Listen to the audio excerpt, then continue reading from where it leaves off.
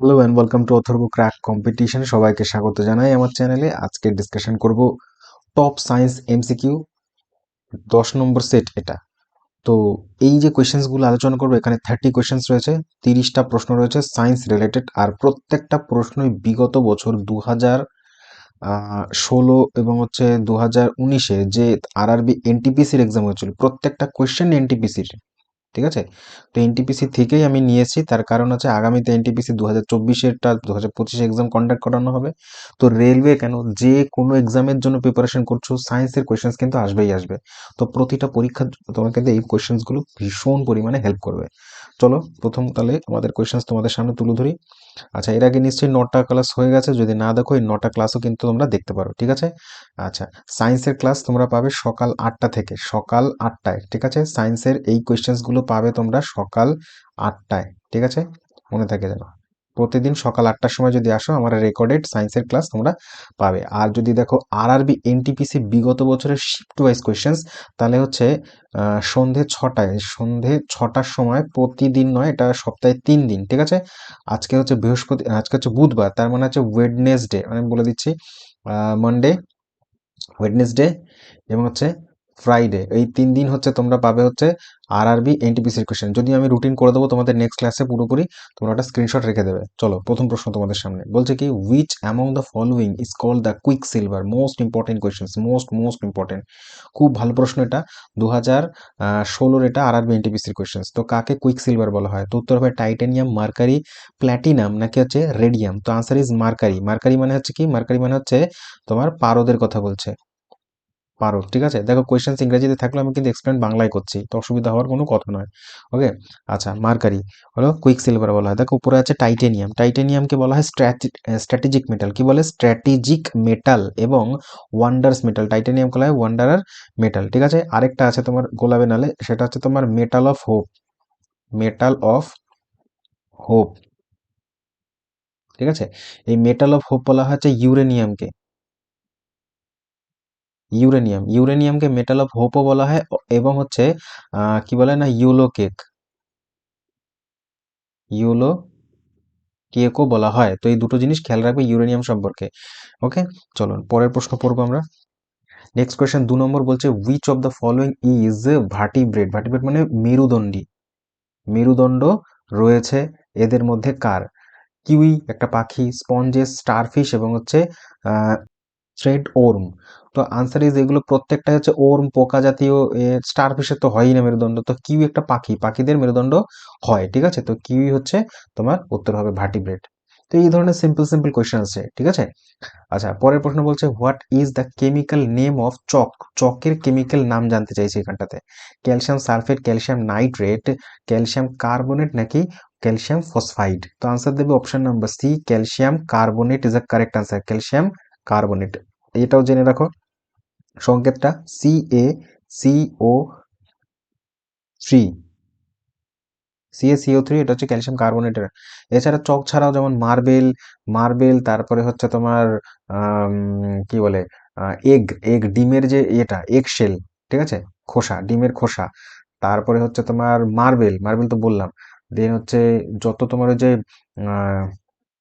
শামুক ঝিনুকের যে ওপরের খোলসটা সেইটা, এগুলো সব হচ্ছে ক্যালসিয়াম কার্বনেটের উদাহরণ। আমাদের দাঁত, এগুলো সব ক্যালসিয়াম কার্বনেট। দাঁতও কিন্তু ক্যালসিয়াম কার্বনেট। কোনটা?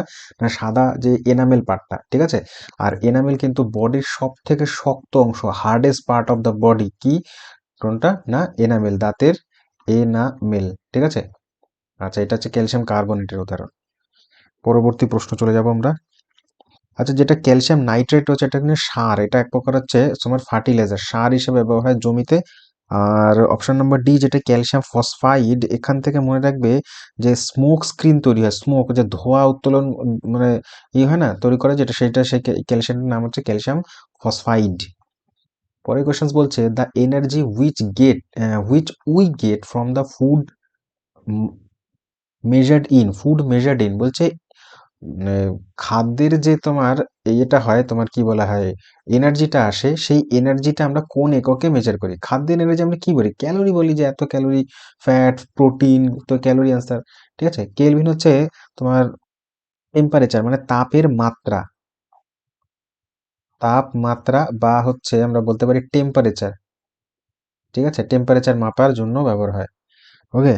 আচ্ছা, অ্যাম্পিয়ার হচ্ছে ইলেকট্রিক কারেন্ট, ইলেকট্রিক কারেন্ট তো মাপে, ইলেকট্রিক কারেন্ট মাপে অ্যাম্পিয়ারের মাধ্যমে।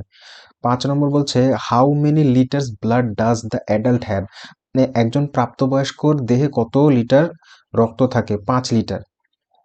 তবে এটা কিন্তু ভ্যারি করে, ঠিক আছে। What of the given below device the converts the chemical energy to the electrical energy. তো কেমিক্যাল এনার্জি মানে হচ্ছে তোমার রাসায়নিক শক্তি থেকে ইলেকট্রিক শক্তি মানে হচ্ছে তোমার বৈদ্যুতিক শক্তিতে রূপান্তরিত হয় বা করা হয়, এর মধ্যে কোনটা? রাসায়নিক শক্তি। কিন্তু ট্রান্সফরমারের মধ্যে কোনো রাসায়নিকের কিছু থাকে? থাকে না, উত্তর হবে না। ব্যাটারিতে থাকে। তো ব্যাটারিতে এক ধরনের কি থাকে? অ্যাসিড থাকে। অ্যাসিডটার নাম হচ্ছে sulphuric acid, H2SO4। Sulphuric acid ব্যাটারিতে পূর্ণ থাকে, ঠিক আছে। তো ব্যাটারি হচ্ছে কেমিক্যাল এনার্জিটাকে ইলেকট্রিক্যাল এনার্জিতে কনভার্ট করতে সাহায্য করে। ইলেকট্রিক আর জেনারেটর, জেনারেটর আমরা দেখেছি, জেনারেটর কি করে? এটা হচ্ছে যান্ত্রিক, যান্ত্রিককে তোমার বৈদ্যুতিকে, বৈদ্যুতিক, যান্ত্রিক মানে হচ্ছে তোমার মেকানিক্যাল এনার্জি টু কনভার্ট করা হচ্ছে ইলেকট্রিক্যাল এনার্জিতে, ঠিক আছে। পরবর্তী প্রশ্ন, ট্রান্সফরমারের কাজ কি জানো তো? ট্রান্সফরমারের কাজ হচ্ছে তোমার ভোল্টেজকে স্টেপ আপ করা, স্টেপ ডাউন করা, মানে ভোল্টেজকে বাড়ানো এবং কমানো, এটার কাজ হয় transformer. 7 number, which of the following is not the green house gas, এর মধ্যে কোনটা গ্রিন হাউস গ্যাস নয়? কার্বন ডাই অক্সাইড সব থেকে green house gas, methane green house gas, chlorofluorocarbon CFC green house gas. Option number D তো oxygen green house gas নয়, ঠিক আছে, এটা সোজা ছিল আর কি। নেক্সট 8 নম্বর বলছে what are stars primarily made of, stars মানে কি তারা, তারারা কি দিয়ে তৈরি হয়, কোন গ্যাস দ্বারা? অক্সিজেন থাকে, hydrogen, hydrogen and carbon, hydrogen and helium, নাকি হচ্ছে অক্সিজেন অ্যান্ড হিলিয়াম? আমরা জানি কি থাকে, অপশন নম্বর সি থাকে, হাইড্রোজেন থাকে এবং হচ্ছে হিলিয়াম থাকে। কেননা সানের মধ্যে যে ইয়েটা হয়, তোমার এনার্জিটা আসে, সানের যে শক্তির উৎস সেটা হচ্ছে তোমার ফিউশন, ফিউশন, ফিউশন হয়। ফিউশন মানে হচ্ছে সংযোজন, নিউক্লিয় সংযোজন হতে শুরু করে, হাইড্রোজেন হাইড্রোজেন হিলিয়াম তৈরি করে, ক্রমাগত হচ্ছে এটা, ঠিক আছে। এটাই হচ্ছে সূর্যের শক্তির উৎস, প্রত্যেকটা তারাতেই তাই হয়। 9 নম্বর বলছে ডিজিজ ক্লোরোসিস, একটা রোগ হয় ক্লোরোসিস এফেক্ট, এইটা হচ্ছে কোন হিউম্যান বডির অর্গানের দেখা যায়? আমাদের দেহের মাথায় হয় ক্লোরোসিস, লিভারে হয়, হৃৎপিণ্ডে হয়, হার্টে, নাকি যে কিডনিতে? কোথায় হয়? Answer option number B, liver cirrhosis হতে থাকে। লিভার সিরোসিসের পরবর্তী স্টেজ হচ্ছে খুব মারাত্মক হয়, ক্যান্সার হয়ে যায়, ঠিক আছে। তো এটা ব্যাপার। তো লিভার সিরোসিস আনসার হচ্ছে লিভার, ঠিক আছে। বেশ। ব্রেনের কিছু রোগ মনে রাখবে, যেমন অ্যালজাইমার ব্রেনের রোগ, ঠিক আছে। তাহলে মেনিনজাইটিস, এগুলো হচ্ছে সব ব্রেনের রোগ। ব্রেন ম্যালেরিয়া হয় হচ্ছে, ব্রেন ম্যালেরিয়া যেটা মারাত্মক একটি রোগ, সেটা হচ্ছে তোমার প্রোটোজোয়ার কারণে। প্রোটোজোয়াটার নাম হচ্ছে তোমার প্লাজমোডিয়াম ফ্যালসিপেরাম, প্রোটোজোয়াটার নাম প্লাজমোডিয়াম ফ্যালসিপেরাম, ঠিক আছে। ব্রেন ম্যালেরিয়া খুব আসে পরীক্ষাতে এটা। পরবর্তী প্রশ্ন বলছে evaporation of water from the leaves the plant is called, মানে এভাপোরেশন যেটা হয় না, সেটা হচ্ছে তোমার প্লান্ট যেটা এক্সেসিভ জলটাকে রিলিজ করে দেয়, সেই প্রসেসটাকে কি বলে? ট্রান্সপিরেশন বলে, রেসপিরেশন বলে, তার নাকি পার্সপিরেশন বলে, নাকি এভাপোরেশন বলে? তো answer is option number A, transpiration, option number এ, ঠিক আছে। আচ্ছা, এগুলো সোজা সোজা কোয়েশ্চেন ছিল সে বছরে। তারপরে বলছে which of is the stabiliser of the ice cream, আইসক্রিমে কি ব্যবহার করা হয়? জিলাটিন, সুগার, মিল্ক, নাকি হচ্ছে তোমার স্ট্রবেরি? তো স্টেবিলাইজার হিসাবে ব্যবহার হচ্ছে অপশন নাম্বার এ, জিলাটিন। জিলাটিন ব্যবহার হয়, very very important question, very very important question, ঠিক আছে। জিলাটিন। আচ্ছা, মিল্ক হচ্ছে, মিল্ক একটা হচ্ছে তোমার ইমালশনের এক্সাম্পল, ইমালশন, ঠিক আছে। ইমালশনের এক্সাম্পল হচ্ছে মিল্ক। অনেক সময় দেখবে মিল্কের মধ্যে ইয়েলো ইয়েলো একটা কালার হতে থাকে, এটার কারণ কি? এটার কারণ হচ্ছে ক্যারোটিন থাকে এটার মধ্যে, ঠিক আছে, কেরাটিন, সরি, ক্যারোটিন, ক্যারোটিন, ক্যারোটিনের কারণে মিল্কের ইউলোইশ ইউলোইশ কালার হয়। মিল্কের মধ্যে একটা অ্যাসিড থাকে, আমরা জানি প্রথমে ল্যাকটিক অ্যাসিড থাকে, ঠিক আছে। আচ্ছা বেশ, মিল্কের মধ্যে একটা প্রোটিনও থাকে, প্রোটিনটার নাম মনে রাখবে, প্রোটিন নাম হচ্ছে ক্যাসেইন প্রোটিন, ঠিক আছে। তো এই ক্যাসেইন প্রোটিন থাকে হচ্ছে মিল্কের মধ্যে। পরবর্তী প্রশ্ন জিজ্ঞেস করব, বলছে the major ingredient of the sweetened soft drink, soft drink এর মধ্যে যে সুইটেন্ড, সুইটের মধ্যে মিষ্টি করতে কি ব্যবহার করা হয়? সুইটেন তো হ্যাঁ। তো কার্বোনেটেড ওয়াটার নাকি হচ্ছে হাইড্রোক্লোরিক অ্যাসিড, ফসফরিক অ্যাসিড নাকি হচ্ছে ক্যাফেইন থাকে, তো এর কি থাকে, অপশন নাম্বার সি থাকে, ফসফরিক অ্যাসিড থাকে, ঠিক আছে, ফসফরিক অ্যাসিড। তো সুইটেন মানে তোমার যে মিষ্টি মিষ্টি এটা লাগে সেটা হচ্ছে তোমার ফসফরিক অ্যাসিডের জন্য। আর খুরলে ফিস করে আওয়াজ হয় যেটা, সেটা হচ্ছে তোমার কার্বন ডাই অক্সাইড, ঠিক আছে, কার্বন ডাই অক্সাইডের জন্য এটা খুব হাই ইয়েতে তোমার রাখা হয়, চাপে, প্রেসারে, ঠিক আছে। আর এই কার্বন ডাই অক্সাইড কি ফর্মে থাকে বলো তো? কার্বন ডাই অক্সাইড থাকে কার্বনিক অ্যাসিড হিসেবে থাকে, কার্বনিক অ্যাসিড ফর্মে থাকে। ওকে, আচ্ছা তাহলে দুটো অ্যাসিড বললাম, carbonic acid and phosphoric acid, এই দুটো জিনিস কিন্তু মনে রাখবে। হাইড্রোক্লোরিক অ্যাসিড থেকে দু কথা মনে রাখবে, হাইড্রোক্লোরিক অ্যাসিড মানে হচ্ছে HCl, ঠিক আছে। বেশ কিছু মনে রাখবে HCl থেকে, ঠিক আছে, পরীক্ষার জন্য খুব ইম্পর্টেন্ট। 1 নম্বর, এটাকে বলা হয় muriatic acid, muriatic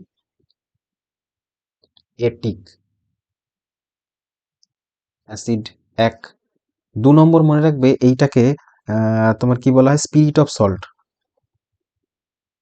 spirit of salt বলা হয়। ওকে, আর এটা তো প্রত্যেকেই জানো যে এটা হচ্ছে পাকস্থলীতে পাওয়া যায় হাইড্রোক্লোরিক অ্যাসিডকে, ঠিক আছে। আচ্ছা, বাথরুম ক্লিনার, বাথরুম ক্লিনারে এখানেও কিন্তু হাইড্রোক্লোরিক অ্যাসিড ইউজ করা হয়, ঠিক আছে। তো এই দুটো জিনিস মনে রেখে দিও। আর হাইড্রোক্লোরিক অ্যাসিড অ্যাকোয়ারিজিয়াতে ব্যবহার হয়, অ্যাকোয়ারিজিয়া, তবে অ্যাকোয়ারিজিয়া, তবে এটার একটা রেশিও থাকে, হাইড্রোক্লোরিক অ্যাসিড এবং হচ্ছে তোমার তোমার কি বলে এটা, নাইট্রিক অ্যাসিড, এইচ HNO3। হ্যাঁ, HNO3 হচ্ছে তোমার 1 রেশিওতে থাকে, হাইড্রোক্লোরিকের 3 রেশিওতে থাকে। এই রেশিওতে তো যেটা তৈরি হয় সেই সলিউশনটাকে বলা হয় অ্যাকোয়ারিজিয়া, যেটা তোমার গোল্ড পিউরিফিকেশনে কাজে লাগে, গোল্ড। পরের প্রশ্ন বলবো যে 13 নম্বর, রেটিনল ইজ মেনলি কি? রেটিনল আবার প্রত্যেকে জানি অপশন নাম্বার এ, ঠিক আছে, ক্যারোটিন থাকে, গাজরে থাকে, গাজরে। আর যেটা হচ্ছে তোমার কি করে না, চোখের রেটিনাকে ই করে, ঠিক আছে, সুন্দর করে। আর কি মনে রাখবে, সুন্দর করে মানে কি, গঠন ইয়ে করে। রেটিনার মধ্যে দুই ধরনের সেল থাকে, ঠিক আছে, দুটো সেল, একটা হচ্ছে রড সেল, একটা হচ্ছে কোন সেল। কোন সেল হচ্ছে কালার দেখতে সাহায্য করে, আর রড সেল হচ্ছে, আউট সেল হচ্ছে আমাদের চোখে থাকে, সেটা হচ্ছে ব্ল্যাক এন্ড হোয়াইট, মানে রাত্রেবেলা দেখতে সাহায্য করে। এবার এই যে ভিটামিন এ, যেটা হচ্ছে রেটিনল, সেটা হচ্ছে রেটিনার মধ্যে থাকে, রড সেলকে গঠনে সহযোগিতা করে। যদি রেটিনল কমতে থাকে তাহলে রড সেল উইক হতে শুরু করবে, তাহলে আমরা রাত্রেবেলা দেখতে পারবো না, এবং এই রোগটাই হচ্ছে তোমার রাতকানা রোগ, ঠিক আছে, খেয়াল রেখে দিও। আচ্ছা বেশ। ভিটামিন ই, আচ্ছা, ভিটামিন ডি হচ্ছে ক্যালসিফেরল, ভিটামিন ই হচ্ছে টোকোফেরল, ঠিক আছে। তো ভিটামিন ডি এর অভাবে দুটো রোগ হয়, একটা হচ্ছে তোমার রিকেট রোগ হয়, আর একটা হচ্ছে তোমার অস্টিওম্যালেশিয়া, দুটোই হচ্ছে হাড়ের রোগ বা বোনসের রোগ, ঠিক আছে। কেননা বোন গঠনে সাহায্য করে ভিটামিন ডি, রোদের থেকে আসে। পরে হচ্ছে তোমার sleep apnoea, sleep apnoea is related to, sleep apnoea হচ্ছে তোমার যে নাক ডাকা, নাক ডাকাটা কোনটা, নাক ডাকাটা স্নোরিং বলা হয়, নাক ডাকাটা হচ্ছে স্নোরিং, ঠিক আছে। আচ্ছা, পরের প্রশ্ন বলছে boiling point of the water, water কত এতে 100 ডিগ্রি সেলসিয়াসে ফুটতে শুরু করে, কিন্তু এখানে একটাও সেলসিয়াস নেই, তো কি আছে, ফারেনহাইট আছে, ঠিক আছে। তো ফারেনহাইট মানে কত ফারেনহাইট, 100 ডিগ্রি মানে হচ্ছে তোমার 32 ডিগ্রি ফারেনহাইট থেকে স্টার্ট হয়। হ্যাঁ, এটা শেষ হয়ে যাচ্ছে তোমার 212 ডিগ্রিতে, 212 ডিগ্রি ফারেনহাইটে গিয়ে শেষ হয় সর্বোচ্চ তাপমাত্রা, অপশন নাম্বার ফারেনহাইট স্কেলে সর্বোচ্চ হচ্ছে তোমার 212 ডিগ্রি, ঠিক আছে, খেয়াল রেখে দিও। আচ্ছা, আর একটু মনে রাখবো, আরেকটা কোয়েশ্চেন আসে যে ডাক্তারি থার্মোমিটার গরম জলে দিলে ফেটে যায় কেন? তার কারণ হচ্ছে ডাক্তারি থার্মোমিটারের সর্বোচ্চ পাঠ হয় হচ্ছে তোমার ওই 210 ডিগ্রি সামথিং এরকম হয়, কিন্তু জল ফুটতে হচ্ছে কত থেকে 200, আচ্ছা, দপ্তর থার্মোমিটারের সর্বোচ্চ পাঠ হচ্ছে তোমার 110 ডিগ্রি ফারেনহাইট হয়। আর তোমার জলের স্ফুটনাঙ্ক হচ্ছে তোমার 212 ডিগ্রি ফারেনহাইট। তো পারদ হচ্ছে 212 ডিগ্রিতে যেতে চাইবে, 10কে ক্রস করে যেতে থাকবে। আর এটা সর্বোচ্চ পাঠই হচ্ছে এটা, তাই হচ্ছে কাঁচটা ফাটিয়ে মার্কারি বা পারদ হচ্ছে তোমার উপরে উঠতে চেষ্টা করে, ঠিক আছে। তো এই জন্যই হচ্ছে দক্তরি থার্মোমিটার ফেটে যায় কাঁচটা, ঠিক আছে। তো এটার ব্যাপারটা মনে রাখবে। আরেকটা কোয়েশ্চেন আসে হচ্ছে -40 ডিগ্রিতে হচ্ছে তোমার ফারেনহাইট এবং সেলসিয়াস স্কেল সেম হয়, ঠিক আছে। আরেকটা মনে রাখবে যে মানুষের যে তোমার স্বাভাবিক তাপমাত্রা সেটা হচ্ছে 98 ডিগ্রি সেলসিয়াস, কিন্তু ফারেনহাইট, এই ফারেনহাইট, সরি, হ্যাঁ ফারেনহাইট। আর সেলসিয়াস না ফারেনহাইট। আর এইটাকে যদি আমরা সেলসিয়াসে বলি তাহলে ওই 36.36 ডিগ্রি বা তুমি 37 ডিগ্রি মনে রাখতে পারো ফারেনহাইটের কথা যদি বলি। ফারেনহাইটে এত আর সেলসিয়াসে এত, এত মানুষের স্বাভাবিক তাপমাত্রা দেহের। পরের প্রশ্ন বলছে কি one of the techniques use the desalination sea water মানে হচ্ছে সামুদ্রিক জলকে ডিস্যালিনেশন মানে লবণমুক্ত করতে নিম্নলিখিত কোনটি কাজে লাগে ফিল্টারেশন, ডিস্টিলেশন, এভাপোরেশন নাকি যে কনডেনসেশন? তো আনসার হবে ডিস্টিলেশন। অপশন নাম্বার বি, ডিস্টিলেশনের জন্য মাধ্যমে তোমার সামুদ্রিক জলকে লবণমুক্ত করা হয়। পরের প্রশ্ন বলছে echocardiogram more closely related to. Echocardiogram এর মধ্যে সাউন্ড মানে এর মধ্যে কোন এফেক্টের উপরে তোমার কাজ করে? দেখো কি রয়েছে দুটো জিনিস, একটা হচ্ছে ইকো মানেই সাউন্ড, আর সাউন্ডের সাথে কি জি ম্যান হবে না, ফোটো মানে হচ্ছে তো লাইট, তো এটা তো আরো হবে না, হ্যাঁ ম্যাগনেটিক তো হবেই না, ম্যাগনেট, ঠিক আছে। তো সাউন্ডের সাথে related option number A, Doppler এফেক্টেই কাজ করে হচ্ছে তোমার ইকো মানেই সাউন্ড, ইকোকার্ডিওগ্রাম। আর এই যন্ত্রটা কি কাজে লাগে? দেখো কার্ডিও মানে হার্টের চলনকে বোঝার জন্য তোমার ইকোকার্ডিওগ্রাম ব্যবহার করা হয়, ঠিক আছে। আচ্ছা, দেখবে ডক্টর অনেক সময় তোমরা স্টেথোস্কোপ ব্যবহার করে, অনেক সময় কি সবসময় স্টেথোস্কোপ ব্যবহার করে, যে স্টেথোস্কোপটা সেটা কি কাজে লাগে? হার্টের যে চলনটা দেখবে বুকে যখন ধরে তখন হার্টের যে সাউন্ডটা ওইটা হচ্ছে রিফ্লেকশনের মাধ্যমে, প্রতিফলনের মাধ্যমে তার কান অবধি পৌঁছায়। তো স্টেথোস্কোপ কি করে? সাউন্ডের প্রতিফলনের উপরে নির্ভরশীল, ঠিক আছে। আর ইকোকার্ডিয়াম হচ্ছে ডপলার এফেক্ট। ওকে। আচ্ছা, স্টেশনে দাঁড়িয়ে আছে মনে করো একটা ব্যক্তি, তুমি দাঁড়িয়ে আছো স্টেশনের মধ্যে দিয়ে একটা ট্রেন হচ্ছে হর্ন দিতে দিতে চলে যাচ্ছে, হর্নটা যত তোমার ট্রেনটা কাছে আসবে তত তীক্ষ্ণ হবে ও চলে যাবে, তত আস্তে আস্তে আস্তে আস্তে ইন্টেন্সিটিটা কমে যাবে। তো এই ঘটনাটাই হচ্ছে ডপলার এফেক্ট, ঠিক আছে। এই ঘটনাটা হচ্ছে ডপলার এফেক্ট। আর ডপলার হচ্ছে তোমার ফ্রিকোয়েন্সি মানে হচ্ছে কম্পাঙ্কের উপর নির্ভর করে, ঠিক আছে। আচ্ছা, পরবর্তী প্রশ্ন বলছে the process of reducing milk fat globule size allow them to the stay evenly distributed in milk is called। মিল্কের মধ্যে যে গ্লোবিউলস থাকে, ঠিক আছে, তার সাইজকে রিডিউস করার যে পদ্ধতিটা, প্রসেসটা, সেটাকে কি বলে? সেটাকে বলে standardisation, pasteurisation, homogenisation, homogenisation, fortification, homogenisation answer option number C.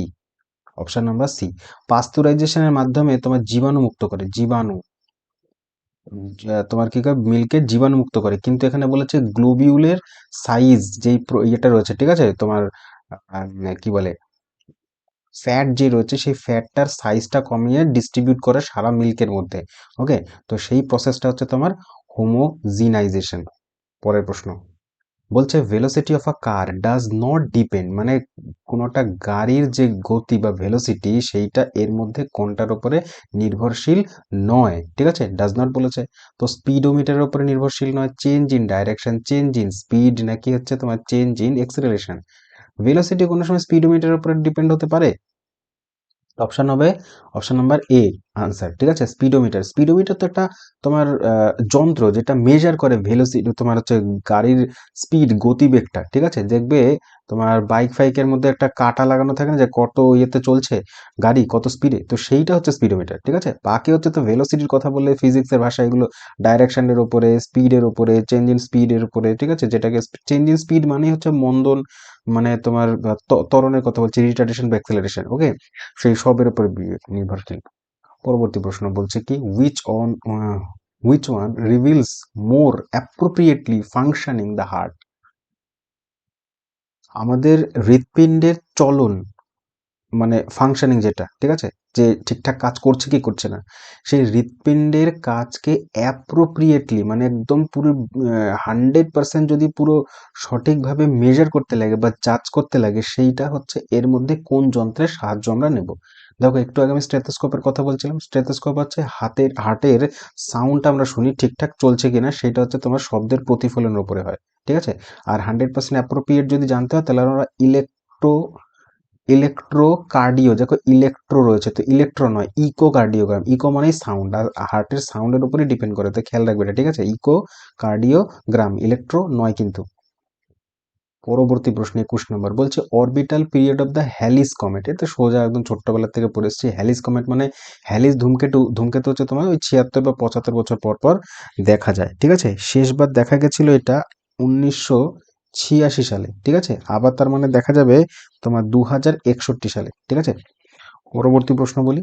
Next 22 নম্বর বলেছে which one is not the cause of kidney stone formation, মানে আমাদের কিডনিতে যে স্টোন হয় বা পাথর হয় এটার জন্য দায়ী নয়, নট বলেছে কোন ঘটনাটা দায়ী নয়।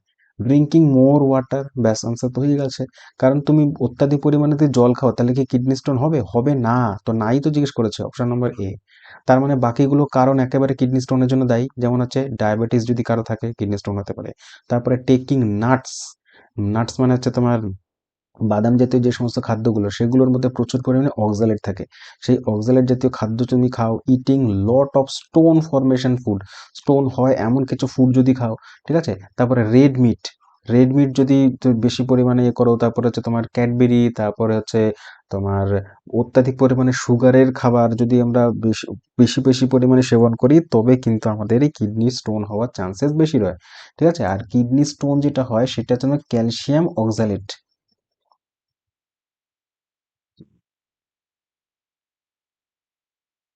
ক্যালসিয়াম অক্সালেট এটাকে বলা হয়, ঠিক আছে, কেমিক্যাল নেম। পরবর্তী প্রশ্ন 23 নম্বর বলছে dash is not caused by the airborne transmission. Airborne transmission মানে বায়ুর মাধ্যমে ছড়ায় না কোন রোগটা? টিউবারকিউলোসিস, টিবি যেটা হয় তোমার হচ্ছে টিবি, টিউবারকিউলোসিস এটা তোমার যক্ষা যেটা ফুসফুসে হয়। চিকেন পক্স, তারপরে মিজলস নাকি হেপাটাইটিস বি? হেপাটাইটিস বি হচ্ছে লিভারে হয়, লিভার। হেপাটাইটিস বি এ যাই হোক না কেন অপশন নাম্বার ডি এটা হচ্ছে তোমার এয়ারবর্ন নয়, ছোঁয়াচে নয়, ওকে।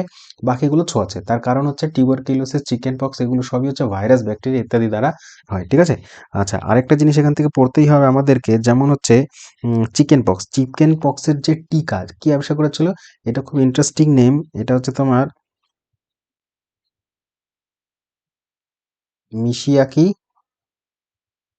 তাকাহাশি। এই জাপানিজ একজন সায়েন্টিস্ট ছিলেন, তিনি হচ্ছে চিকেন পক্সের আবিষ্কার করেছেন এইটা ভ্যাকসিনটা, ঠিক আছে। মিজেল হচ্ছে MMR, ঠিক আছে। মিজেলস, মামস অ্যান্ড রুবেলা এই তিনটে ভ্যাকসিনের তিনটে রোগের ভ্যাকসিন হচ্ছে MMR, ওকে। আচ্ছা, আরেকটা মনে রাখবে এডওয়ার্ড জেনার, এডওয়ার্ড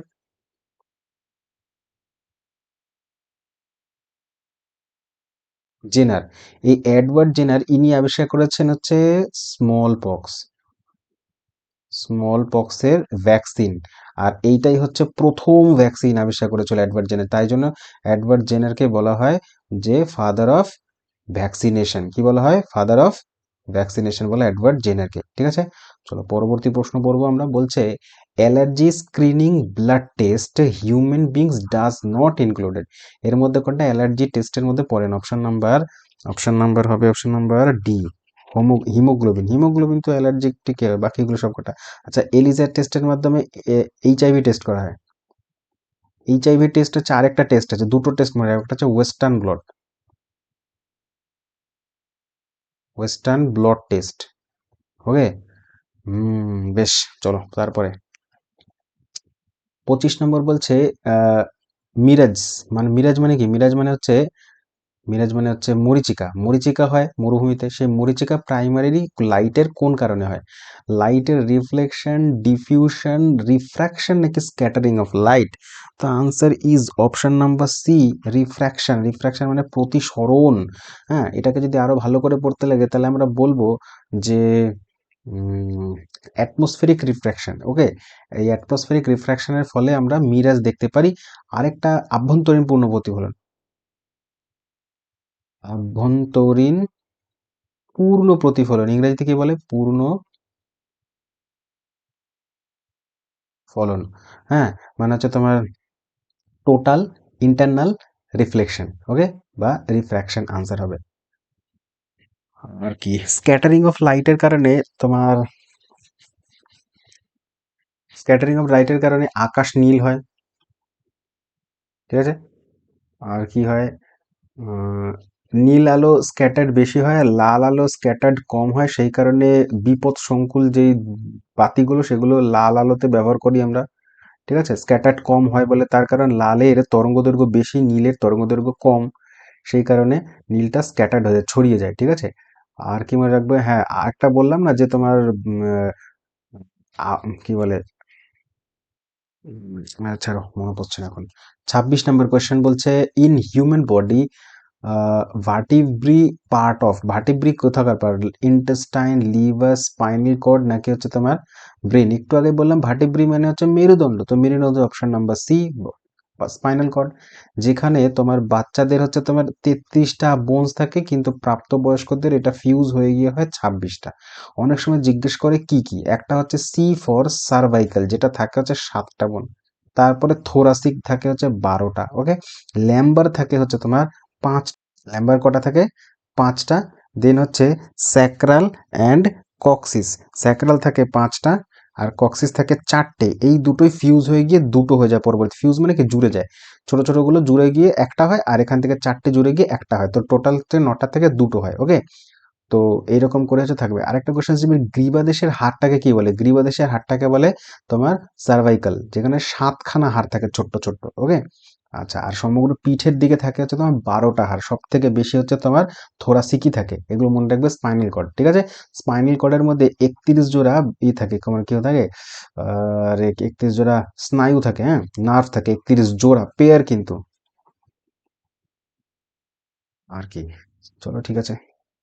পরবর্তী প্রশ্ন বলছে, the instrument used the examine a person digestive tract called, মানে ডাইজেস্টিভ পার্সনের যদি মনে করো কোনো পাচনতন্ত্রকে, পাচনতন্ত্রের মধ্যে ক্ষুদ্রান্ত বৃহদান্ত এই ট্র্যাক্টগুলোকে যদি আমরা স্টাডি করতে লাগে, তাহলে হচ্ছে তোমার এর মধ্যে কোনটা কাজে লাগাবো, অসিলোস্কোপি, মাইক্রোস্কোপ, এন্ডোস্কোপ নাকি রেডিও। এটা সোজা প্রশ্ন, রেডিওস্কোপি হয় পেটের পরীক্ষা মানে তোমার এন্ডোস্কোপ, সরি এন্ডোস্কোপ, ঠিক আছে। 28 নম্বর, dash is not an example of the refraction of light. Refraction মানে হচ্ছে তোমার প্রতিসরণ, আলোর প্রতিসরণের এক্সাম্পল নয় কোনটা, twinkling of star, mirages, little lateral inversion নাকি হচ্ছে তোমার bending light while the passing through the medium. তো রিফ্র্যাকশন মানে প্রতিসরণ, প্রতিসরণে অপশন নাম্বার সি হওয়ার কোনো চান্সেস নেই, এটা হচ্ছে রিফ্লেকশন হয়। রিফ্লেকশন মানে তোমার প্রতিফলনের কারণে হয়, কি না যে উল্টো লাগে যেটা, ঠিক আছে। কোনটা, এই বি কে এরকম লাগবে দেখতে আয়নার মধ্যে, এই এরকম উল্টো হয়ে যায়, এটাকে বলা হয় ল্যাটারাল ইনভার্সন, ঠিক আছে, যেটা রিফ্র্যাকশনের সাথে কোনো কানেকশন নেই। তার মানে টুইঙ্কলিং স্টার কানেকশন আছে, মানে তারারা মিটমিট করে রিফ্র্যাকশনের জন্য, ঠিক আছে। তারপরে মিরাজ হয় রিফ্র্যাকশনের জন্য, জাস্ট কিছুক্ষণ করে আসলাম। তারপরে বেন্ডিং লাইট, লাইট বেন্ড হয়ে যায় মাধ্যমের জন্যই, তো হচ্ছে এগুলো সব রিফ্র্যাকশন মানেই হচ্ছে মাধ্যম, লঘু মাধ্যম থেকে ঘন মাধ্যম, ঘন মাধ্যম থেকে লঘু মাধ্যমে আসবে, এগুলো সবই হচ্ছে তোমার রিফ্র্যাকশনের জন্য। 29 নম্বর question, objects float on the water based on, মানে জলের মধ্যে কোনো অবজেক্ট বা কোনো বস্তু যে ভাসে সেটা কোন লয়ের উপরে নির্ভর করে, আর্কিমিডিস প্রিন্সিপাল, প্লবতা সূত্র, মনে আছে ছোটবেলায় পড়েছিলাম, প্লবতা সূত্র, ঠিক আছে। আচ্ছা বেশ, পরের প্রশ্ন। নেক্সট 30 নম্বর 30 বলছে, dash is known as the disease mostly caused by the occupational health hazards. Occupational মানে হচ্ছে তোমার কি বলে এটাকে, জীবিকা সংক্রান্ত রোগ, এটা এর মধ্যে কোনটা, সিফিলিস, সিরোসিস, সিলিকোসিস নাকি Parkinson disease. The answer is option number C, silicosis. Silicosis কোথায় হয়, লাংসে হয়, ওকে। যারা মনে করো যে সমস্ত শ্রমিকরা সিমেন্ট ফ্যাক্টরিতে কাজ করে বা স্টোন কাটিং ইয়েতে কাজ করে, সেখানে ছোট্ট ছোট্ট সিলিকাগুলো আমাদের ফুসফুসে যেতে থাকে, তখন ফুসফুসটা কি হয়ে যায়, হোয়াইট হয়ে যায়, যেটাকে আমরা বলি হোয়াইট লাং ডিজিজ, ওইটাই হচ্ছে সিলিকোসিস, ওকে। আচ্ছা বেশ, হোয়াইট লাং ডিজিজ তুলো ফ্যাক্টরিতে যারা কাজ করে তাদেরও হয়, ওকে, হোয়াইট লাং ডিজিজ। সিরোসিস তো লিভারে হয় বললাম। সিফিলিস হচ্ছে একটা এসটিডি, সেক্সুয়াল ট্রান্সমিটেড ডিজিজ, ঠিক আছে, যেটা ব্যাকটেরিয়া ঘটিত রোগ। সিফিলিস এইচআইভির মতনই, এইচআইভিটা হচ্ছে ভাইরাস ঘটিত, আর সিফিলিস হচ্ছে তোমার ব্যাকটেরিয়া ঘটিত রোগ, ঠিক আছে। পার্কিনসন ডিজিজ, এটা একটা নার্ভাল ডিজিজ, পার্কিনসন হচ্ছে তোমার নার্ভের রোগ। So thank you very much, 30টা কোয়েশ্চেন শেষ। সমস্ত কোয়েশ্চেন্স যদি দেখে থাকো, তো পুরো ভিডিও যদি ভালো লাগে তাহলে অবশ্যই কিন্তু একটি লাইক করে দিও। আর এই ধরনের ভিডিও বা পুরো ভিডিও লেকচারগুলো পাওয়ার জন্য, রেলের প্রিপারেশন করবার জন্য আমার চ্যানেলকে তোমার সাবস্ক্রাইব করতে হবে বা আমার সাথে জুড়তে হবে। তাহলে একদম তোমরা সায়েন্স বলো, তারপরে রেলওয়ের রিজনিং বলো, এবং হচ্ছে রেলওয়ের প্রত্যেকটা শিফটের কোয়েশ্চেন্স বলো, সব কিছু তুমি টাইম টু টাইম পেয়ে যাবে উইথ পিডিএফ। তাই আমার চ্যানেলটিকে সাবস্ক্রাইব করলে তোমার লাভই হবে। ওকে, আচ্ছা, আর দেখছো যারা, একটা লাইক করে দিও। লাইক করতে তো আর পয়সা লাগে না, ভালো লাগলে একটা লাইক করে দিও। ধন্যবাদ।